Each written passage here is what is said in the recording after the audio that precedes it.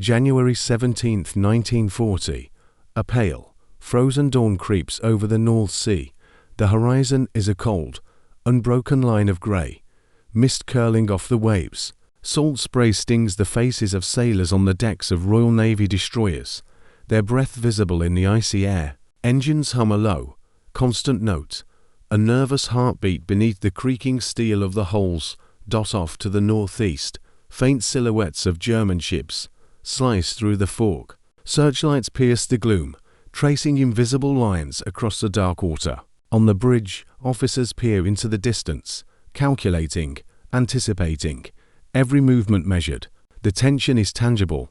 A single misstep could mean the end not just for a ship, but for the lives aboard it. Yet, amidst the cold and the fear, a quiet confidence steadies the British crews. They have a plan. They have technology the enemy does not fully understand. And in these waters, under these grey skies, they are about to achieve something the German commanders will find almost impossible to believe. The first echoes of gunfire are still hours away, but already the stage is set. The North Sea is about to witness a display of naval mastery that will shock the Kriegsmarine to its core and alter the course of winter operations forever. By late 1939, Europe had been plunged into war 4 months. The German Wehrmacht had already swept through Poland with devastating speed, and the French and British forces were mobilizing along the Western Front. Yet, while armies clashed on land, the North Sea remained a tense and uncertain battlefield in its own right. A cold, grey expanse where the fate of supply lines, trade, and naval dominance hung in the balance. The Royal Navy, the largest and most experienced fleet in the world, had been preparing for this moment for decades. Its destroyers, cruisers, and battleships patrolled the North Sea with an unyielding vigilance. Each vessel carried not just weapons and crews, but the weight of national expectation. Britain's survival, at this stage of the war, depended on the flow of supplies across the North Atlantic. Protecting these routes was a mission of life or death. Opposing them was the Kriegsmarine, Germany's relatively smaller but rapidly modernizing naval force. The Germans had invested in fast, heavily armed destroyers and battleships, including the Scharnhorst and Gneisenau, designed to disrupt British shipping and challenge Royal Navy supremacy. Yet their numbers could not match the British, and they were forced to adopt a strategy of selective engagement, trading convoys, laying mines, and probing British defences in the North Sea and beyond. In the winter months of 1939, the North Sea itself became a character in the unfolding drama. Storms swept across its surface, waves rose in chaotic sheets, and the biting cold tested both man and machine. Navigation was difficult. Fog obscured sightlines and rendered long-range gunnery uncertain. Radar technology, still in its infancy, gave the British a subtle but crucial advantage, allowing them to detect enemy vessels before the Kriegsmarine realized they were being watched. Intelligence played a critical role. British codebreakers at Bletchley Park were beginning to decipher German Enigma communications, giving Admiralty officers a rare glimpse into enemy plans. This knowledge allowed the Royal Navy to anticipate German movements, prepare countermeasures, and occasionally set traps of their own. For the Germans, who believed the North Sea would be a manageable theatre, these successes came as a growing, incomprehensible frustration. The human element added another layer of complexity. British crews were trained for endurance. Many had already served in perilous operations during World War I or in the tense months following the outbreak of hostilities. Discipline, coordination, and calm under pressure were drilled into every sailor, from the youngest deckhand to the oldest officer.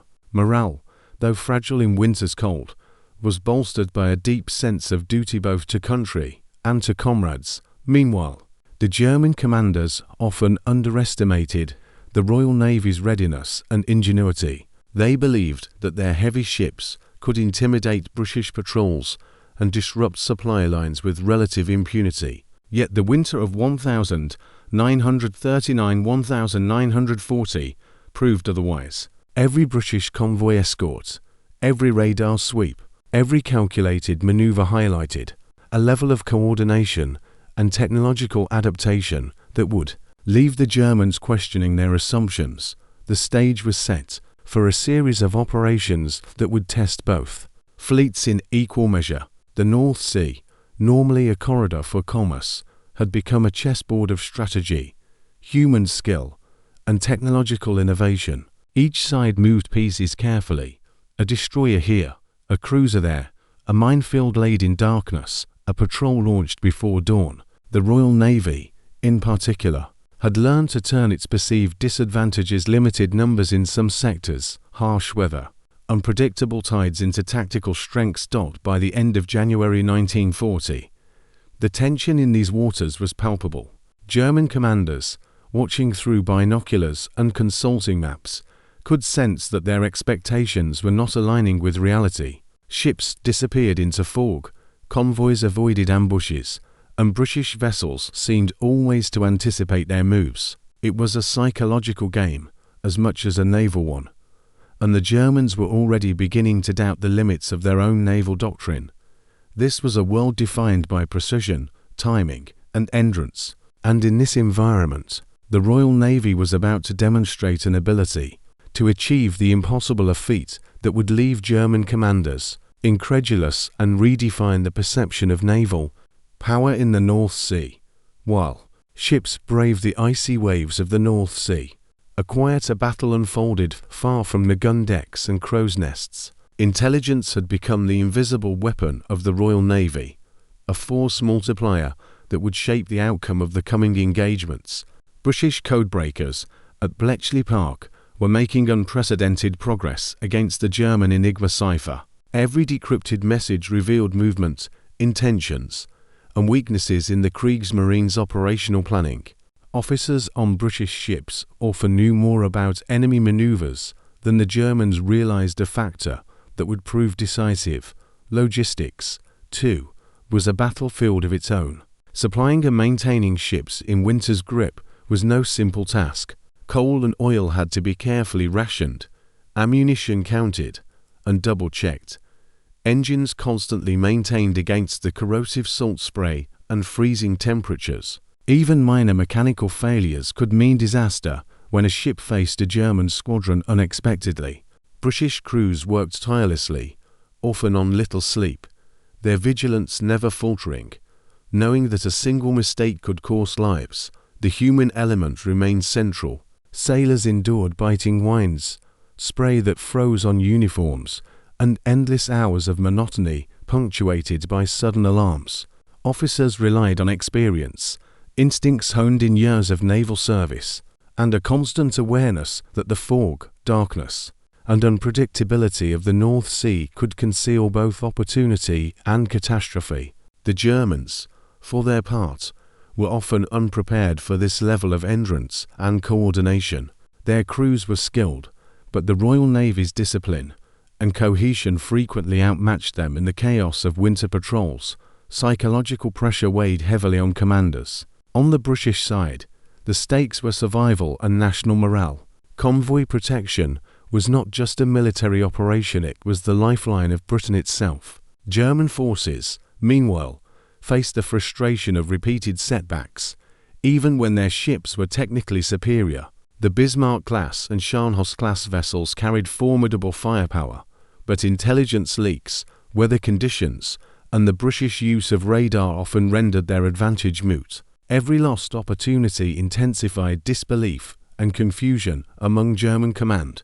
The North Sea's geography added another layer of complexity. Narrow passages, shallow banks, and hidden sandbars challenged navigation. Mines, both British and German, posed invisible threats, requiring precise charts and constant vigilance. The Germans laid extensive minefields, believing they could corral British ships into predictable routes. Yet British commanders anticipated this, adjusting tactics, timing movements to exploit gaps, and often turning enemy measures against them. The interplay between environment, technology, and human skill created a high-stakes arena where every decision carried immense weight. Communication was another silent war. Radio transmissions had to be brief, coded, and secure. One careless message could expose an entire fleet to ambush. Officers used flag signals, lamps, and pre-arranged codes to coordinate operations in darkness and fog. German commanders, unfamiliar with the subtlety and precision of these methods, often found themselves reacting rather than acting, their decisions constrained by incomplete information. This period also exposed the tension between doctrine and improvisation. German naval strategy emphasized decisive engagements and surface superiority, but the Royal Navy adapted continuously, employing flexible tactics that responded to conditions rather than rigid plans. Night operations, diversionary maneuvers, and coordinated convoy escorts allowed smaller British forces to punch above their weight. The Germans, expecting predictable behavior, were confounded by the adaptability and unpredictability of their adversaries.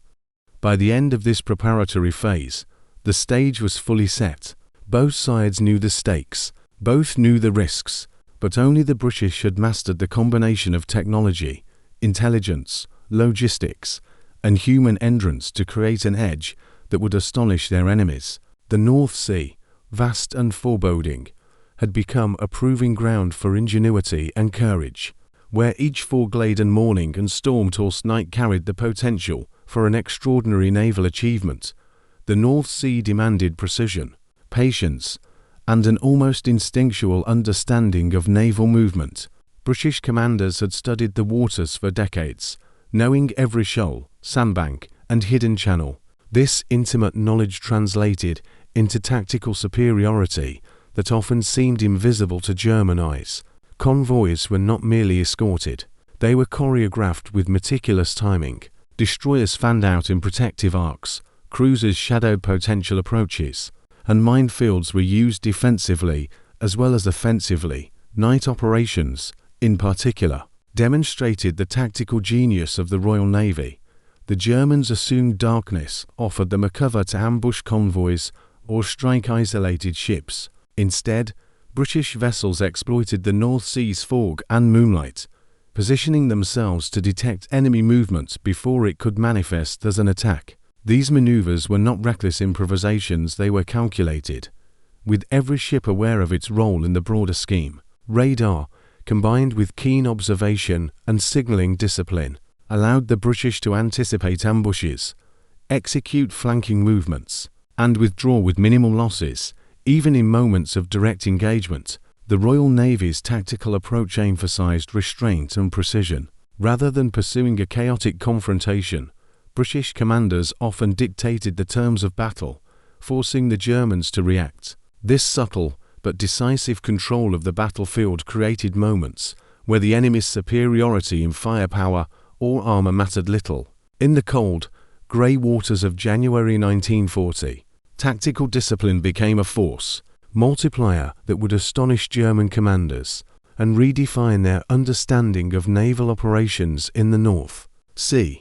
Technology played a silent yet pivotal role in the Royal Navy's success. Radar, still a relatively new innovation, allowed ships to detect enemy vessels beyond visual range, even in dense fog or stormy conditions. This advantage was particularly critical in the North Sea, where visibility often dropped to near zero. German commanders, unaware of the full extent of British radar capabilities, frequently found their maneuvers anticipated, their attacks disrupted before they could be executed.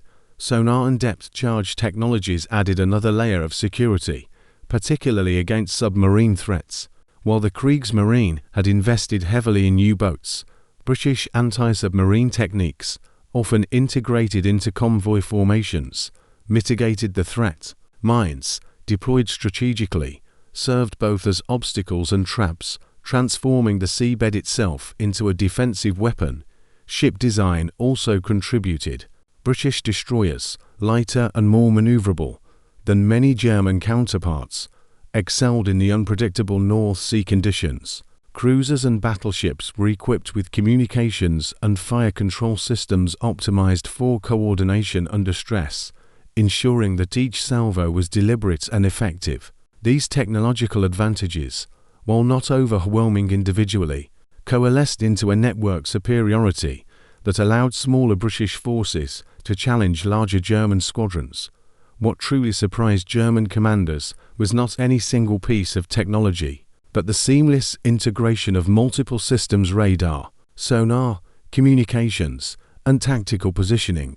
This coordination created a perception of omniscience. German officers later described encounters where British ships seemed to know where they would appear, a disbelief that would define their reaction to Royal Navy operations in the North Sea. Technology and tactics alone could not explain the Royal Navy's success.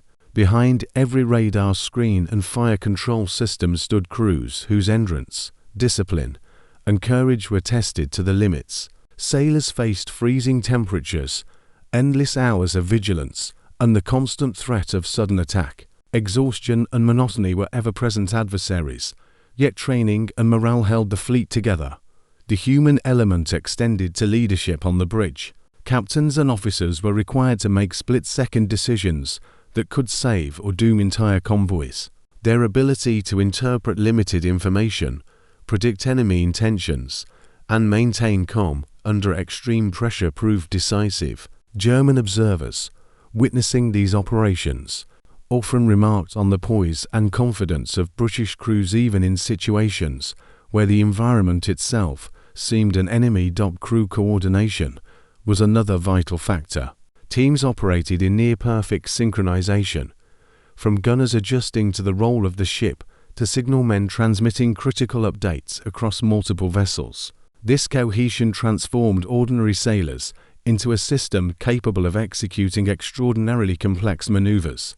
The human resilience displayed in these frigid, fog-bound waters became a defining feature of the Royal Navy's operations, leaving the Germans both frustrated and incredulous. The success of the Royal Navy in the North Sea was as much a testament to leadership as it was to ships or technology. Admirals and captains exercised a blend of decisiveness, foresight, and adaptability that consistently placed them one step ahead of German commanders. Officers like Admiral Sir Dudley Pound and Commodore Henry Harwood exemplified the subtle art of command, anticipating enemy actions, maximizing the strengths of their fleets, and instilling confidence in crews even under the most adverse conditions. Command decisions were not made in isolation. Every maneuver, patrol, and engagement required a chain of leadership that balanced initiative with adherence to overarching strategy. On the bridge, captains assessed weather, enemy positions, and the morale of their crews in real time, making tactical adjustments that could shift the balance of an engagement within minutes. For German commanders observing from afar, the precision and composure displayed by the British leadership appeared almost uncanny. They expected hesitation, confusion, or error under such harsh conditions, yet found none. Leadership extended beyond the bridge. Officers ensured their crews were prepared for the physical and mental strains of winter North Sea operations. Routines, drills, and morale-boosting measures created a disciplined, yet resilient force capable of executing complex maneuvers even under fatigue and freezing spray. This human coordination was invisible to the Germans, but felt profoundly in the outcomes. British fleets consistently emerged ahead, seemingly operating with an intelligence and foresight the enemy could not match. From the German perspective, the North Sea was supposed to be a proving ground, a place where technological investment and superior firepower would assert dominance. Instead, it became a source of repeated confusion and frustration. The Kriegsmarine's commanders, confident in their ships and crews, were consistently confronted with outcomes that defied their calculations. British radar, strategic positioning, and flexible tactics disrupted expectations at every turn. The Germans underestimated the Royal Navy's capacity to coordinate large fleets in restricted, fog-bound waters. They assumed that their ships' heavier armament and speed advantage would be decisive. Yet British ships, smaller and more maneuverable, exploited knowledge of currents, shoals, and prevailing weather to mitigate these advantages.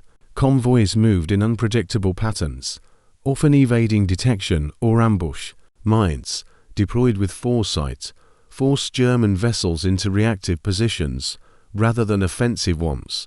This unpredictability bred incredulity. Reports from German officers reveal a recurring theme: disbelief that the British could anticipate movements so accurately, execute maneuvers with near-perfect timing, and maintain morale under extreme conditions. Each encounter reinforced the perception that the Royal Navy operated on an entirely different plane of efficiency, an impression that would later echo in German naval planning and strategic caution. The human mind was as much a battlefield as the waves themselves. On the British side, morale derived from a combination of training, duty, and the quiet confidence of preparedness. Sailors understood the importance of their mission. The survival of Britain depended on the safe passage of supplies and the deterrence of enemy fleets. This awareness, combined with rigorous discipline, created a force resilient to fear, fatigue, and uncertainty.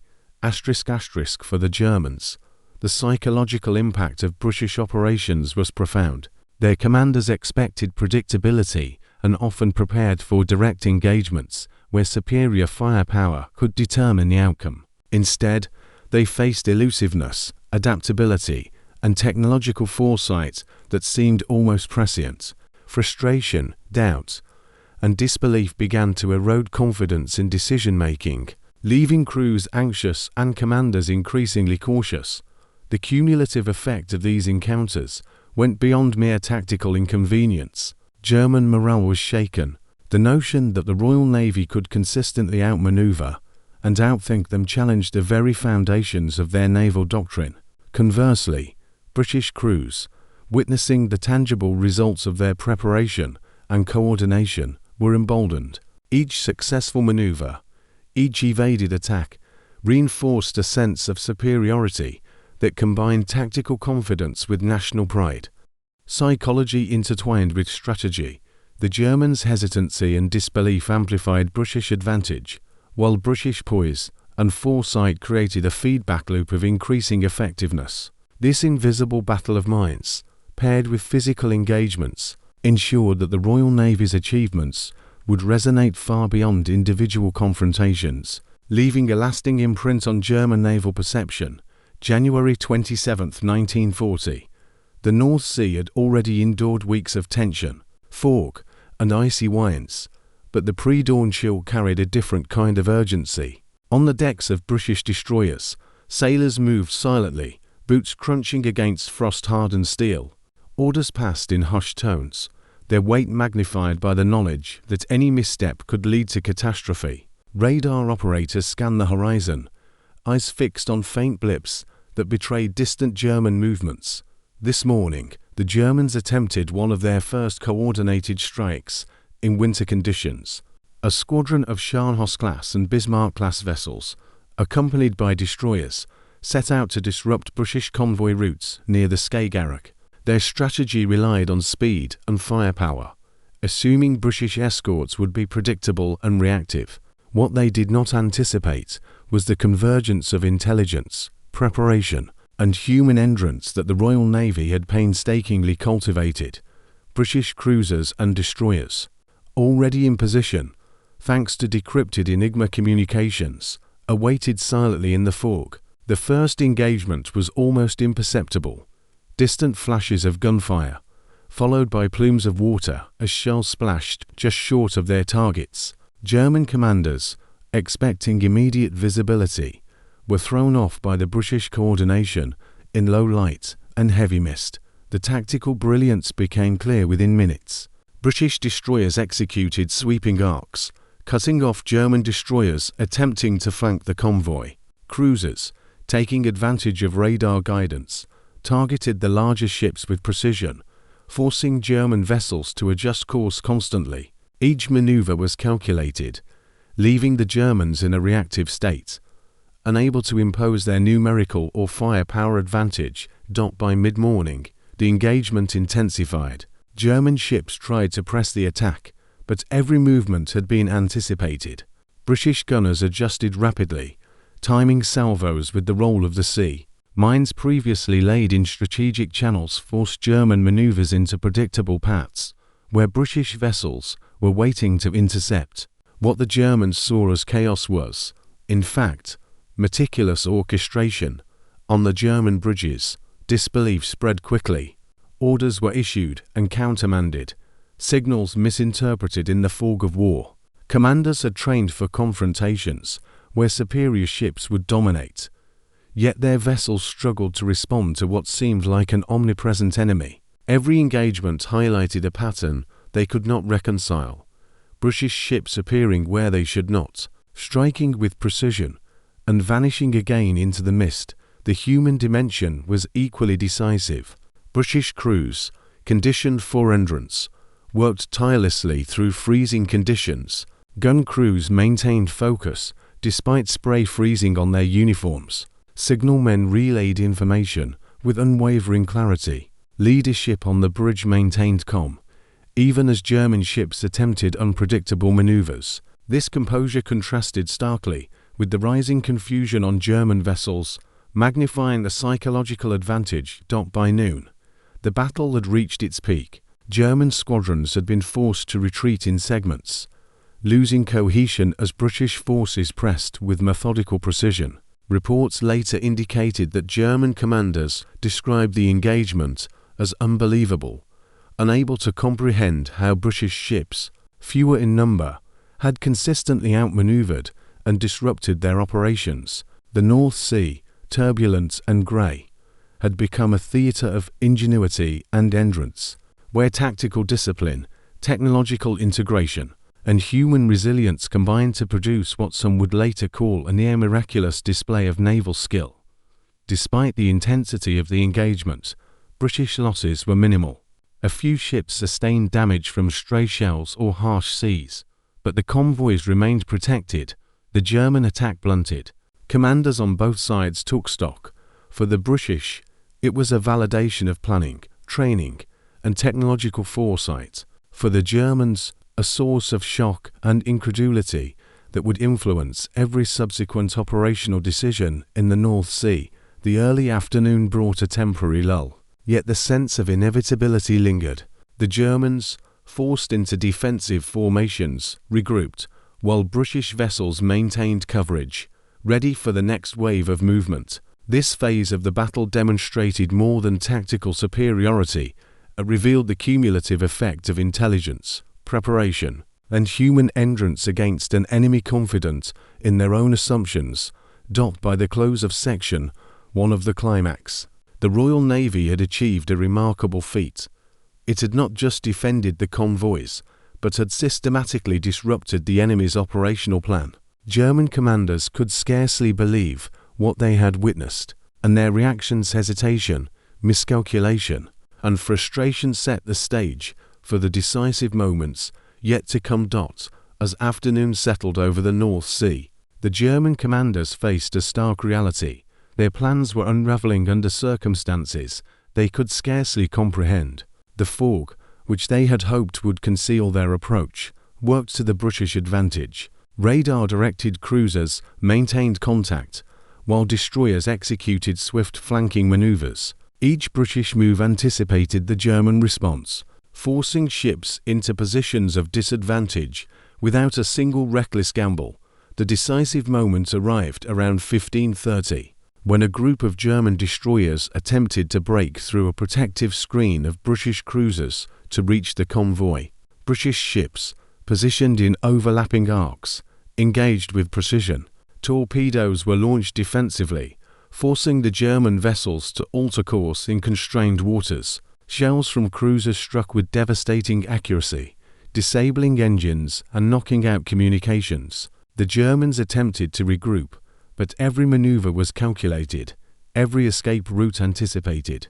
On board the British command ships, officers remained calm, their decisions deliberate. Every salvo was timed with the rhythm of the waves, every movement coordinated to protect the convoy while applying pressure to the enemy. Crews worked with almost mechanical efficiency, loading, aiming, and firing with a precision honed through rigorous training and previous skirmishes. For the Germans, witnessing this level of coordination under adverse conditions was nothing short of astonishing. By 1645, The German squadrons had suffered their most significant operational setbacks of the winter. Several destroyers were heavily damaged and forced to retreat, while larger vessels struggled to maintain cohesion under continuous British pressure.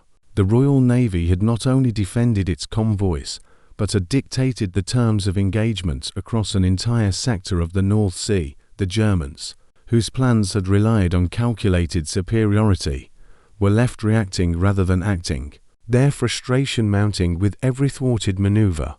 The psychological impact on German commanders was profound. They had anticipated a confrontation where superior firepower would yield predictable results. Instead, they faced a force that combined intelligence, technology, and human endurance into a seamless operational whole. Confusion spread through their ranks, delaying further attacks and forcing a withdrawal under conditions dictated entirely by the Royal Navy.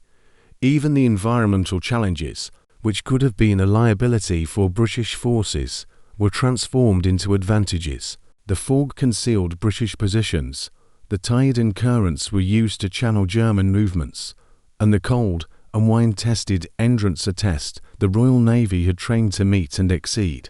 German commanders, by contrast, struggled with the compounded difficulties of unfamiliar waters, disrupted formations, and constant tactical pressure. By evening, the engagement had effectively ended. The convoys remained intact, the German attack had failed, and the Royal Navy had demonstrated an operational mastery that would leave the Kriegsmarine in disbelief for weeks to come. Reports from the German side would later describe the events as inexplicable and beyond expectations, highlighting the shock and confusion that British tactics and coordination induced. The human cost on both sides was tangible. British crews were exhausted but unbroken, having endured a relentless day of vigilance, maneuvering, and combat. German sailors faced the demoralizing effects of setbacks compounded by their inability to achieve any decisive outcome. The balance of the North Sea, temporarily at least, had shifted decisively in favor of the Royal Navy, not through sheer firepower, but through the integration of preparation, strategy, and human resilience. The culmination of these operations marked more than a tactical victory. It demonstrated the potential of coordinated intelligence, technology, and disciplined leadership to overcome numerical or material advantage. German commanders, observing the Royal Navy in action, were forced to reevaluate assumptions about ship capabilities, tactical doctrine, and the human dimension of warfare at sea. The North Sea had become a proving ground, a place where meticulous planning and execution could produce results that defied conventional expectations. As darkness fell and ships settled into patrol positions for the night, the consequences of the day's engagements began to ripple through strategic planning in Berlin. The Royal Navy had not only protected vital supply lines, but had done so in a manner that showcased its ability to control the flow of combat, anticipate enemy action, and adapt to every challenge. The Germans, still reeling from the unexpected efficacy of British operations, faced an operational reality that would shape North Sea strategies for the coming months. The immediate consequences of the North Sea engagements in January 1940 were striking. For the Royal Navy, the day's operations represented a validation of strategy, training, and technological foresight. Convoys reached their destinations largely unscathed, a testament to the meticulous coordination of escorts and the effective use of radar and reconnaissance. Ships that had faced German squadrons in the fog emerged largely intact, the few damages quickly repaired under the disciplined supervision of officers and engineers. For the Germans, the situation was far grimmer. The Kriegsmarine had expected to challenge British control of the North Sea, or at least disrupt supply lines to the continent. Instead, their squadrons had suffered unexpected setbacks. Destroyers were heavily damaged or forced into retreat. Larger vessels had been repeatedly maneuvered into disadvantageous positions, and operational cohesion had fractured under British pressure. Reports from German commanders described a sense of disbelief, noting that British ships seemed to anticipate every movement, strike with remarkable accuracy, and vanish as though the sea itself conspired in their favour. Morale reflected these outcomes. British crews were buoyed by a profound sense of accomplishment. For weeks, the North Sea had been a theatre of tension and uncertainty. Now, after demonstrating the effectiveness of strategy, training, and endurance, sailors felt a renewed confidence in their abilities. Officers recorded the psychological boost as a critical component in maintaining operational effectiveness, noting that successful engagement reinforced discipline, focus, and the willingness to adapt under pressure. The German side experienced a stark contrast. Confidence among commanders and crews was shaken. Many officers had anticipated that the numerical and technological advantages of their ships would secure dominance, yet their plans were repeatedly thwarted by an enemy whose coordination and adaptability seemed unmatched. Hesitation, miscalculation, and uncertainty began to characterize German operations in the North Sea. In some cases, fear of ambush or unexpected resistance delayed missions, allowing British convoys to transit unmolested. Tactically, the North Sea engagements forced the Kriegsmarine to reconsider doctrine. Preconceived notions about predictable convoy routes, the effectiveness of superior firepower, and the timing of strikes were challenged by the Royal Navy's flexibility and anticipation. Mines, radar, and disciplined coordination had created a battlefield where German assumptions repeatedly failed. Subsequent planning sessions in German command offices emphasized caution, reconnaissance, and a re-evaluation of winter operational strategies, a direct acknowledgement of British mastery in this theatre. Strategically, the impact extended beyond the immediate operational theatre. The protection of North Sea convoys maintained the lifeline for British supplies, allowing continued reinforcement of the home islands and support for continental allies. German hesitation and disrupted operations slowed attempts to assert control in northern waters and limited their capacity to project power further into the North Atlantic. The psychological effects were equally profound, as German command began to perceive the Royal Navy merely as a force to be challenged, but as a highly adaptive adversary capable of turning disadvantage into decisive advantage. The human cost, though less severe than might have been expected given the intensity of engagements, was nonetheless present. British ships suffered minimal damage and relatively few casualties, reflecting the efficiency of their defensive tactics and the precision of their strikes.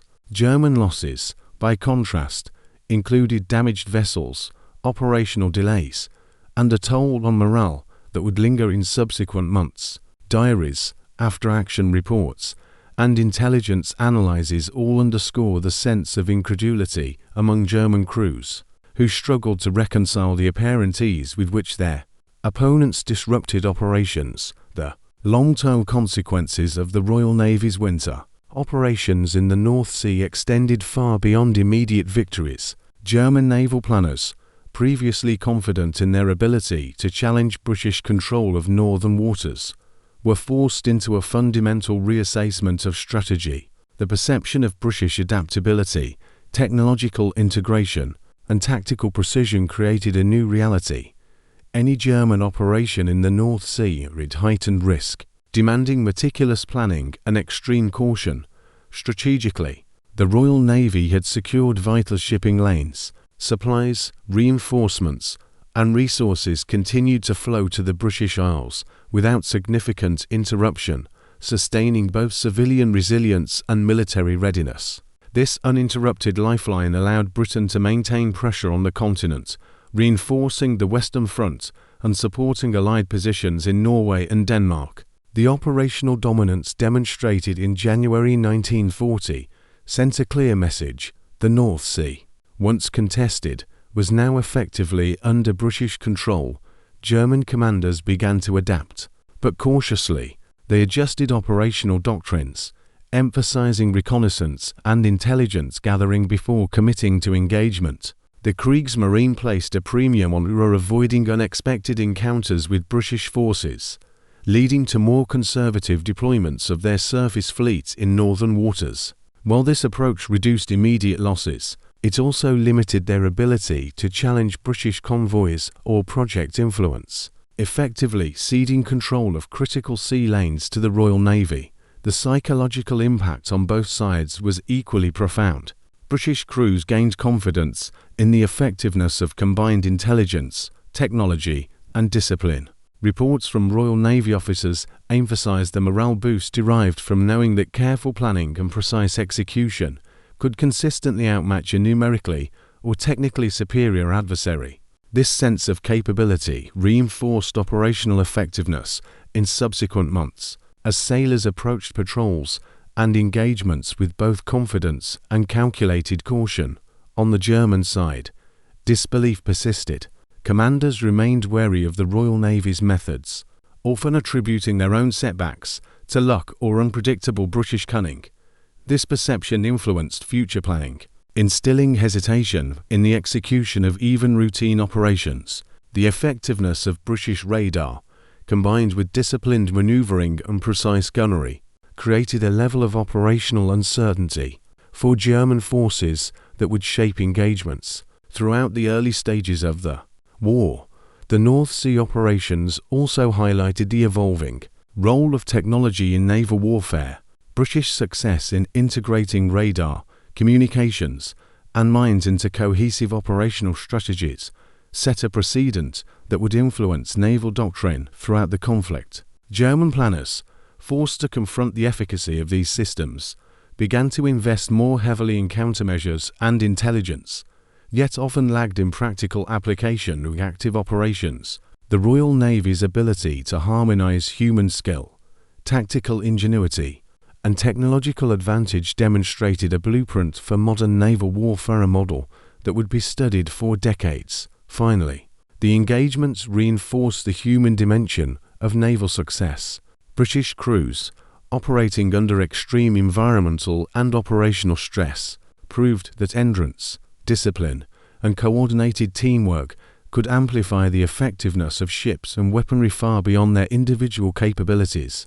Conversely, German crews, though trained and well-equipped, were constrained by doctrinal rigidity and the psychological weight of repeated surprises. The contrast between the two forces underscored a timeless truth of warfare: preparation and adaptability often outweigh raw strength. By the conclusion of this phase, the Royal Navy's achievements in the North Sea had secured more than tactical victories. They had reshaped operational expectations, forced a re-evaluation of enemy doctrine, and demonstrated the decisive potential of integrated naval strategy. German commanders, left in disbelief, would carry the lessons and the shock of these encounters into every subsequent North Sea operation. The North Sea in January 1940 was more than a battlefield of steel and gunfire. It was a proving ground for human ingenuity, discipline, and endurance. The Royal Navy's operations demonstrated that victory did not depend solely on the size of ships or the power of their guns, but on the integration of intelligence, technology, leadership, and the unyielding resilience of crews in extreme conditions. German commanders, confident in numerical and technological superiority, were confronted with a reality they could scarcely believe. Ships moved with precision, appearing where they were least expected, striking with accuracy, and vanishing into fog or darkness. The cumulative effect of these operations reshaped German perceptions of naval warfare, instilling caution where boldness had once prevailed. In this way, the Royal Navy's success extended far beyond individual engagements. It altered the strategic calculus of the Kriegsmarine and reinforced Britain's control of a vital theatre. Yet the story is not solely one of ships and strategy. It is also a human story of sailors enduring freezing winds, spray, and fatigue, of officers making instantaneous decisions with lives and national interests in the balance, of men who, in the fog and cold, executed maneuvers that would astonish even their adversaries. Their courage, focus, and adaptability transformed the North Sea into a canvas on which mastery, rather than might, dictated outcomes. In the broader sweep of history, These operations exemplify the unpredictable nature of warfare. Technology and firepower matter, but preparation, cohesion, and ingenuity can redefine the limits of possibility. The disbelief of German commanders was not merely a reflection of surprise, it was an acknowledgement that disciplined skill, coupled with foresight, could achieve what brute force alone could not. As the grey North Sea waves lapped against the hulls of British ships that cold winter night, the achievements of those crews echoed far beyond the immediate horizon. Their mastery of strategy, technology, and human endurance left an indelible mark on naval warfare, offering lessons in leadership, adaptability, and courage that would resonate long after the guns fell silent. The North Sea, once an arena of uncertainty, had become a testament to what meticulous preparation, human resilience, and tactical brilliance could accomplish even in the face of disbelief.